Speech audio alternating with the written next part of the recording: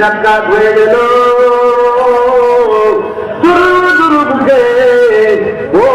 আল্লাহর হাবিবের সামনে দরুদ হয়ে দাঁড়িয়ে গেলেন। আল্লাহর হাবিব সঙ্গে সঙ্গে তাকে বসতে দিলেন আর বললেন, বলো তুমি কি চাও? হে যুবক তুমি বলো কি চাও? হে রাখাল তুমি কি বলতে চাও বলো। তখন ওই আসওয়াদ সঙ্গে সঙ্গে আল্লাহর হাবিবকে প্রশ্ন করে দিল। ঘটনার কাহিনী মনে করে গেল। আল্লাহ রাসূলের সাহাবী অত্যন্ত গরীব পরিশ্রমী, তার পরিচয় হলো তিনি রাখাল, যাকে আসওয়াদ রাখাল বলা হয়। খায়বার যুদ্ধের সময় আল্লাহর হাবিব ওই খায়বারটাকে এমন ভাবে আক্রমণ করলেন, তারা ইসলামের গুরুতর শত্রু ছিল। খায়বারের যুদ্ধ শুরু হয়ে গেল। আল্লাহর হাবিব জনাবে মুহাম্মদুর রাসূলুল্লাহ সাল্লাল্লাহু আলাইহি ওয়াসাল্লাম খায়বার আক্রমণ করে নিলেন। খায়বার আক্রমণের পূর্বেই দুই রাখাল সাহাবীর কানে এই খবরটা চলে গেল, মুসলমানেরা ঝাঁপিয়ে পড়েছে, খায়বার শহরকে তারা মুক্ত করে ছাড়বে, ইসলামের ছায়া করে নিয়ে যাবে। তখন তার ঘরের মধ্যে জানতে বড় আগ্রহী হলো, কে এত বড় বিশাল পাওয়ার নিয়ে এই বাহিনী নিয়ে খায়বার আক্রমণ করেছে, তাকে একটু জানতে চাই, তাকে একটু দেখতে চাই, তার সম্পর্কে জানতে চাই, তার উদ্দেশ্য কি আমি একটু জানতে চাই। খায়বারের এই ঘটনা যখন শুরু হয়ে যায়, তার প্রাক্কালে ওই জাহাজ চলে আসে। আল্লাহর হাবিব জনাবে মুহাম্মদুর রাসূলুল্লাহ সাল্লাল্লাহু আলাইহি ওয়াসাল্লামের সাথে দেখা করার জন্য বলেন সুবহানাল্লাহ। প্রতিমধ্যে আল্লাহ রাসূলের সাহাবী একজন সাহাবীর সাথে সাক্ষাৎ হলো, যে জানতে চাইল তোমাদের উদ্দেশ্য কি, কি তোমরা চাও? খায়বারে তো আক্রমণ করেছো কেন? খায়বারে তো শক্তিশালী ভাবে তোমরা কেন আক্রমণ করেছো জানতে চাই। ওই আল্লাহ রাসূল সাহাবী বলেন, আমি তোমাকে জবাব দেব না, চলো আল্লাহর হাবিবের কাছে, আল্লাহর হাবিব তোমাকে জবাব দিবেন, যা তুমি প্রশ্ন করবে তার উত্তর দিবেন। বলেন সুবহানাল্লাহ। আসওয়াদ আল্লাহর হাবিবের দরবারে গিয়ে হাজির হয়ে যান। আসওয়াদ মনে মনে বলেন, কোন রাষ্ট্রের প্রধান, কোন সেনা প্রধান আমাদের দেশের প্রধানমন্ত্রীর সাথে বললেই কি দেখা করা যাবে? কোন এমপি মন্ত্রীর সাথে বললেই কি দেখা করা যাবে? এটা সম্ভব? উনি মনে মনে বলে, এমন কি এটা, এমন কোন নবী যার সাথে আমি খুব সহজে সাক্ষাৎ করতে পারি, এমন কোন মহান নেতা যার সাথে আমার সাক্ষাৎ পেলে সহজে হয়ে যাবে। ওই যে বলেছিলাম আল্লাহ তার কপালে এটা রেখে দিয়েছেন। না সুবহানাল্লাহ। আল্লাহ হাবিবের সাক্ষাৎ হয়ে গেল।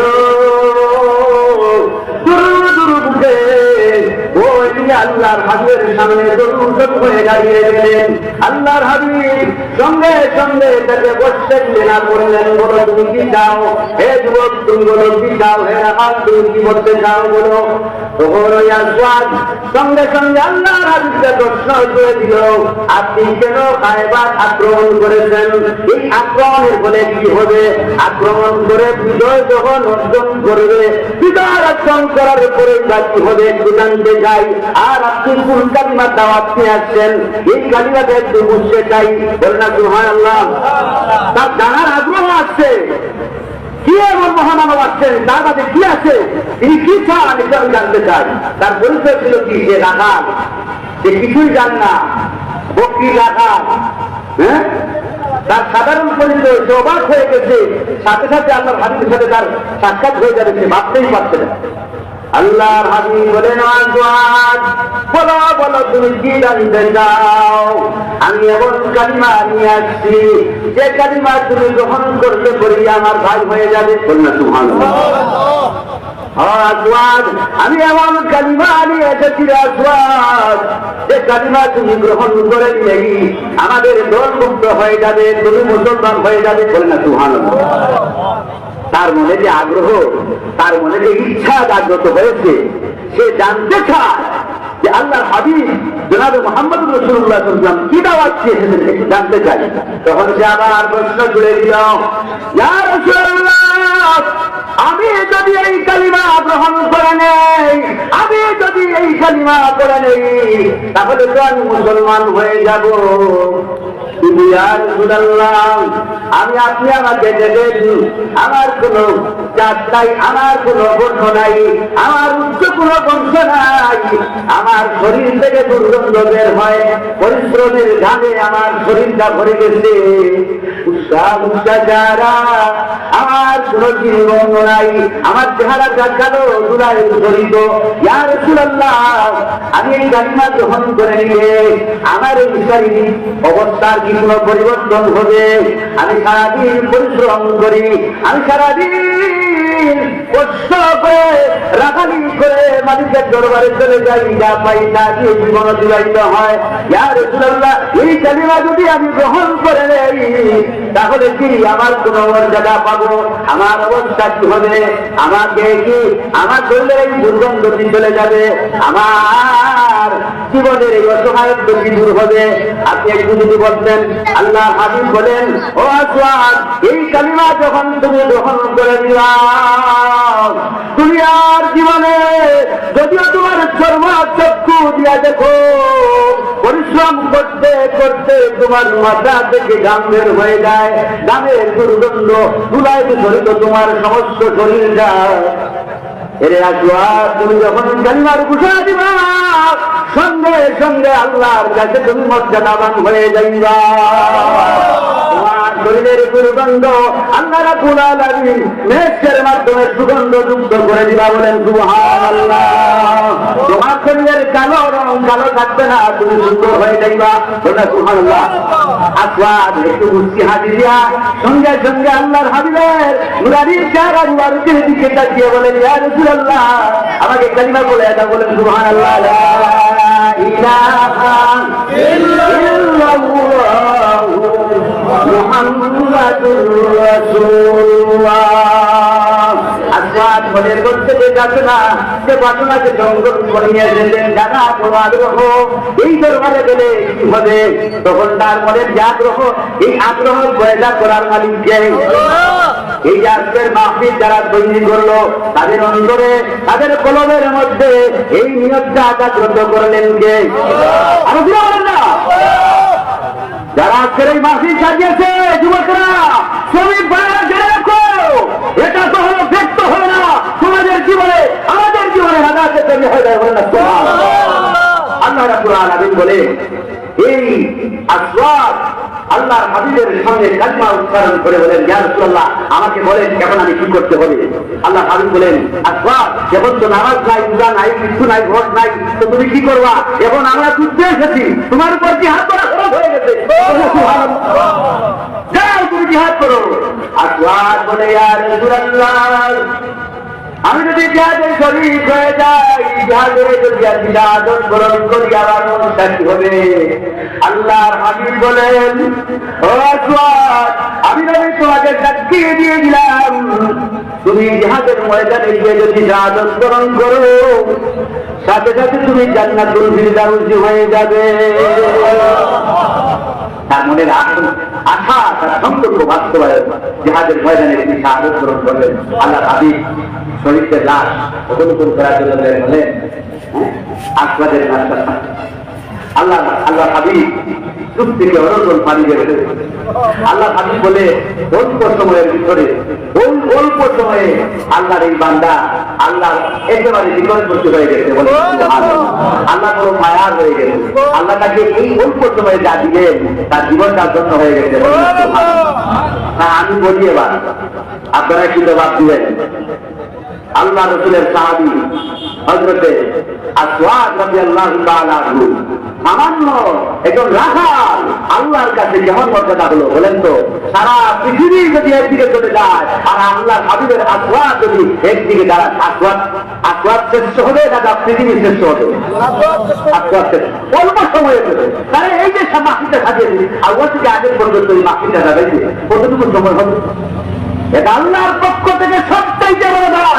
আমার শ্রমিক ভাইরা, তোমরা লিখে রাখো, এটা তোমাদের জীবনের জন্য সার্থক। আল্লাহ তাআলা বলেন, ওয়ালা ইনদাল্লাহি খায়রুন ওয়া আবকা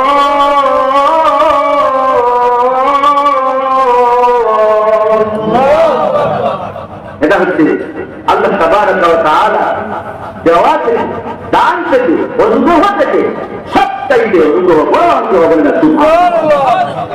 আল্লাহর কাছে এত বেশি যে আল্লাহ যখন দিলেন আমরা অবাক হয়ে, এটা কি পরকাল বলে না সুবহানাল্লাহ। এই দুনিয়া শ্রেষ্ঠ না পরকাল শ্রেষ্ঠ? আমি এই বেশি এই আয়াতে কারিমাতে যাওয়ার জন্য যুবকরা অনেক সময় তাদের মনটা দুর্বল হয়ে যায়। আমরা করি, আমরা করি, আমরা পরিশ্রম করি, আমরা কষ্ট মেহনত করে আমাদের জীবিকা নির্বাহ করি, এদের সম্মান নাই, এদের মর্যাদা নাই, এদেরকে আমরা ভালো দিকে দেখি না। কেন? আজকালকের গরিরা আমি দেখেছি অনেক সময় তাদের ব্যবহার করি, আমি তো আসছি অনেক সময় দেখা যাবে শুধু ভালো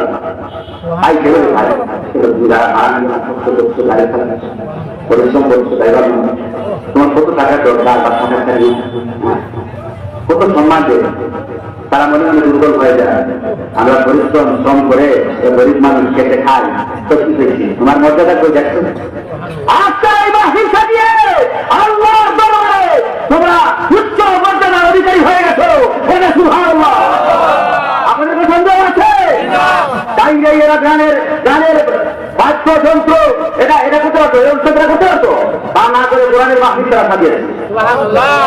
আর সুবহানাল্লাহ। আল্লাহ তাবারাক ওয়া তাআলা প্রত্যেকটা শ্রমিক ভাইদেরকে খায়ের বাড়িয়ে দিন, তাদের নিজেকে বরকত দান করুন, শরীরে আমিন। তাদের আওলাদে বরকত দান করুন, শরীরে আমিন। তাদেরকে আল্লাহ সম্পদশালী বানিয়ে দেন, শরীরে আমিন। দোয়া দরকার আছে তো? এরপরে আল্লাহ বলে আফালা তা'কিলুন, এরপরেও কি তোমাদের বিবেক নাই? তোমরা একটা তোমাদের বিবেক কি অনুধাবন করবে না? আমি যে তোমাদেরকে দিলাম, তোমরা একটু অনুধাবন করবে না? তোমরা একটু চিন্তা করবে না? তোমরা একটু ফোকাস করবে না? আমি যে তোমাদেরকে দান করলাম, সব থেকে বড় দান করছে হায়াত। আচ্ছা, তো ওখানে বেঁচে আছে নাকি? আল্লাহর নাম করছো, আল্লাহর নাম দিতে পারবে, এর থেকে আর কি বড় নাম হতে পারে? আল্লাহর কাছ থেকে আর কি খাই? বেঁচে আছে সামান্য একটু অসুস্থ হয়ে গেলেই বোঝা যায় হায়াতের জীবনের যে প্রথম মূল্য, তাই না? গুরুত্ব করুন। আল্লাহুম্মা সাল্লি আলা সাইয়্যিদিনা মাওলানা মুহাম্মদ ওয়া আলা আলি সাইয়্যিদিনা মাওলানা। আমরা দুনিয়া আপনি যেন না করুন, দুনিয়ার পাগল হতে হবে না। আল্লাহ তাবারাক ওয়া তাআলা বলেন بل تؤثرون الحياة الدنيا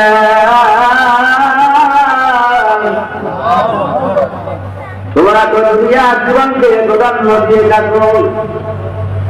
মানুষেরা বিবেকহীনভাবে দুনিয়ার জীবনটাকে প্রাধান্য দেয়, দুনিয়ার জীবনটাকে যারা মায়া করে, দুনিয়ার জীবন যারা শ্রেষ্ঠ মনে করে, আসলে দুনিয়ার জীবন শ্রেষ্ঠ নয়। দুনিয়ার জীবনকে প্রাধান্য দিলেই হবে না, আখিরাতের জীবনকে প্রাধান্য দিতে হবে।